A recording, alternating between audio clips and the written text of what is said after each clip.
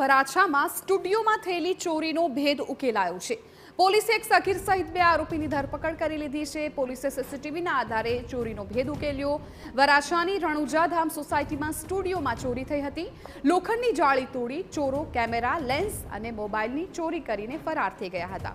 Police આરોપીઓ પાસેથી ચોરીના તમામ મુદ્દામાલ જપ્ત કર્યા છે।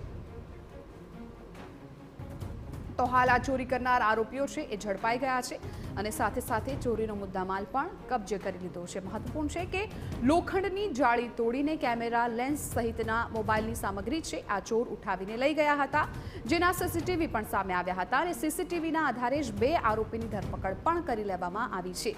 એ દ્રશ્યો પણ આપ જુઓ કે કેવી રીતે આ 2 વ્યક્તિ છે આ તમામ વસ્તુ ઉઠાવીને કેમેરામાં જતા જોવા મળી રહ્યા છે।